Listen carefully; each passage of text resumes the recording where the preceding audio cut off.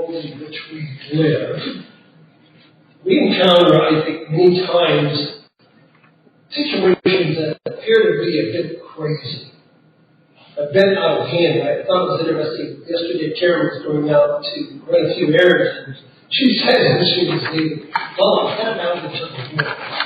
And we went, that's kind of terminology we use, but when we think about living, we are indeed heading out into the world, we live in the world. And in our case, in our present day, you and I are bombarded by what is happening all over the world.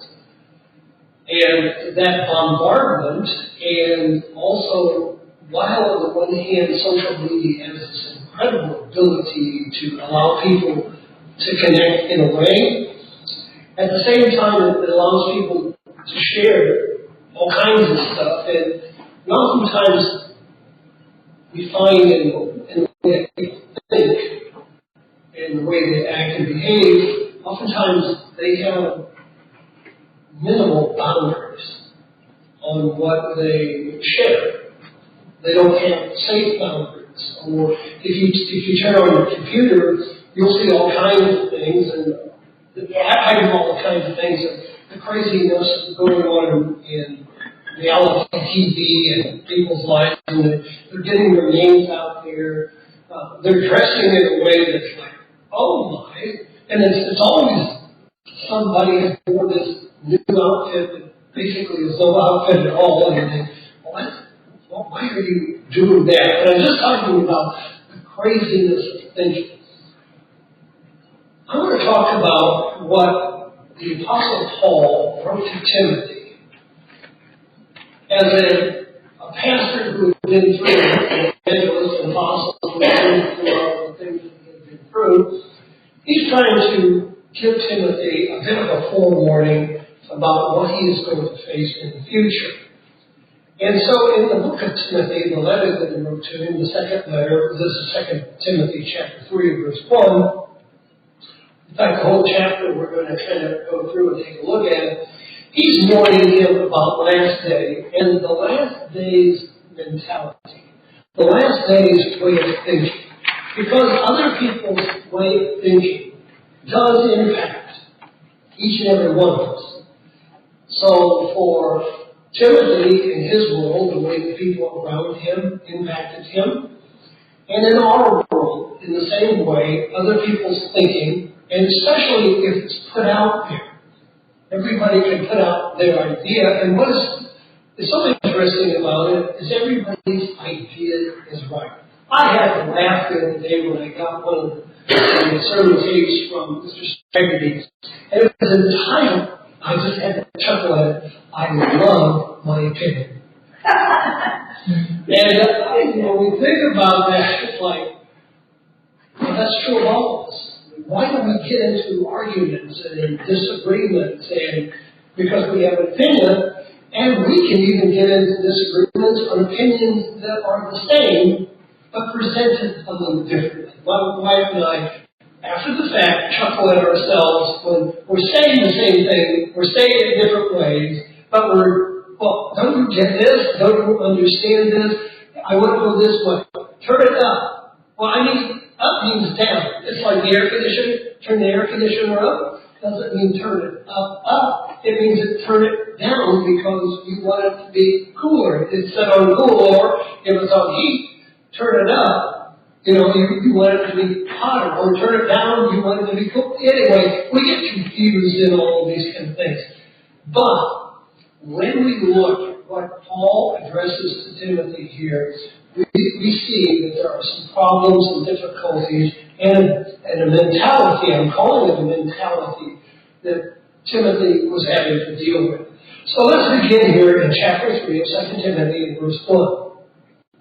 So he says, but mark this, I'm reading from the NIV, there will be terrible times in the last days. People will be lovers of themselves, lovers of money, boastful, proud, abusive, disobedient to their parents, ungrateful, unholy, without love, unforgiving, slanderous, without self-control, brutal, not lovers of good, treacherous, rash, conceited, lovers of pleasure rather than lovers of God.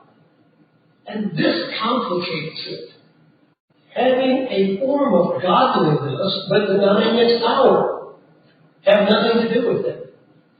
So how do you have nothing to do with them? It's have nothing to do with the way in which they do things. So these are warnings to Timothy at his time, and as well as our time. So now when we think about, the last days, in the last days things are going to happen. Well, I believe this happened in Timothy's day. It is happening in our days. And it appears, and we all tend to say, it appears as if things are getting worse, not better. So perilous times with a perilous mentality. It is a departure from the focus of God. It is a departure from living lawfully. It is a departure from living responsibly. And that is a big issue in the world in which we live. I had a brief conversation with my neighbor the other day, and he was heading off on vacation, and he's saying, I just need to get away from it because I've been working, and I can't find good help, and people don't want to work. They come when they want to come, and they don't come if they don't want to come. And you think, okay, well, what impact does Scripture have on that? Is that okay? Thank you. I can do what I want to do when I want to do. I can work if I want to and not work. Well, I would just quote the Scripture that Jesus is quoting in the book of John. I work, and my Father works. Work is not a bad thing. And now I understand that we live in a world that wants to play. We all want to play. But the reality is that we're going to be responsible. What we're going to see here, responsibility is in opposition to these characteristics that we find that Paul is listing. So what makes them in perilous times? Well, if you're rash, we talk about in our world today, more and more people having road rage. Yeah. We talk about people being very, very impulsive.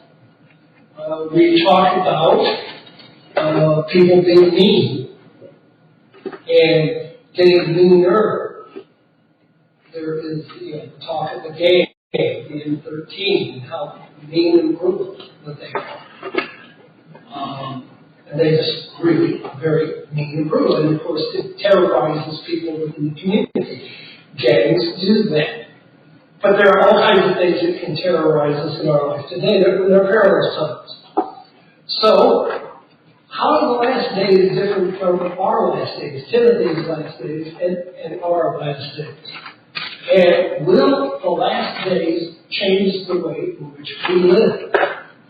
For example, if we knew that let's say the next month, we're going to be the last days of our life. We have 30 days in which to live.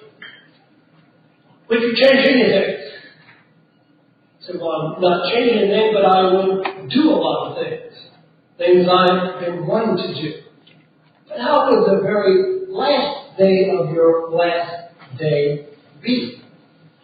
What would be different about it? How would you think? What kind of confidence would you have? What would you, again, how would you be approaching it?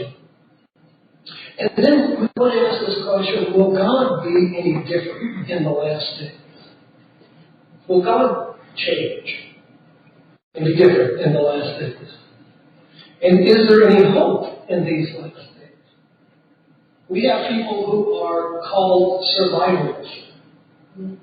They are looking toward, with the last days mentality of how they're going to survive. So how are they going to survive? Feeling the blues today, or tired of life already? Do you have questions about life, or need spiritual advice? The Worldwide Church of God is located in Fairfield, Santa Rosa, and Modesto, California. We welcome everyone to attend our worship services with us every week at the times listed on your screen.